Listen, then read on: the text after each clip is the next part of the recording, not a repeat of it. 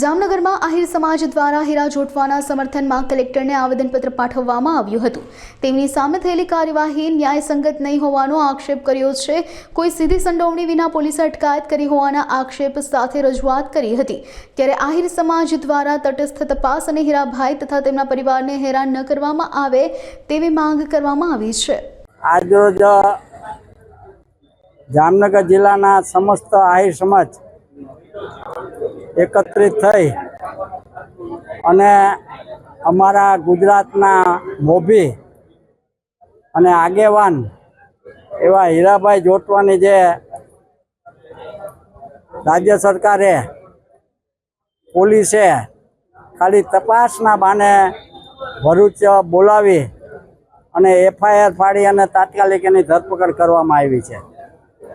આ ધરપકડ રાજકીય રીતે ધરપકડ થઈ છે એવું અમે માનીએ છીએ અને હીરાભાઈને તાત્કાલિક ન્યાય મળે અને આ જે એફઆઈઆર છે ધરપકડ છે એમાં અમે આહિર સમાજ એનો વિરોધ કરીએ છીએ અને આખા ગુજરાતમાં અને ઇતર સમાજ પણ આ ધરપકડની વિરોધમાં છે અને આહિર સમાજની સાથે છે।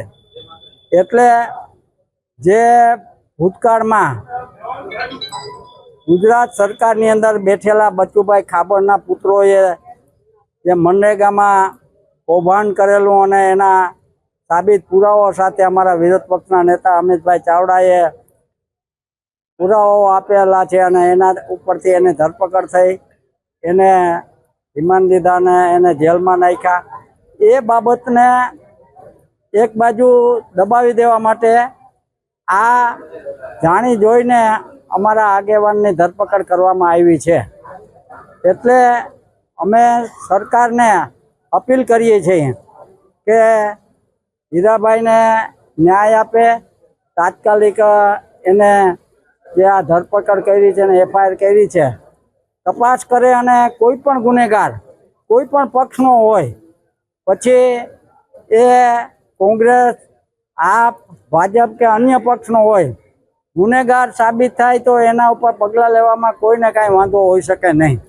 પણ આગામી કાર્યક્રમમાં જો આમાં તાત્કાલિક સરકાર વિચારી અને ન્યાય નહીં આપે તો ભવિષ્યમાં આનાથી પણ વધારે આખા ગુજરાત રાજ્યની અંદર અમે આના વિરોધમાં આંદોલન કરશું।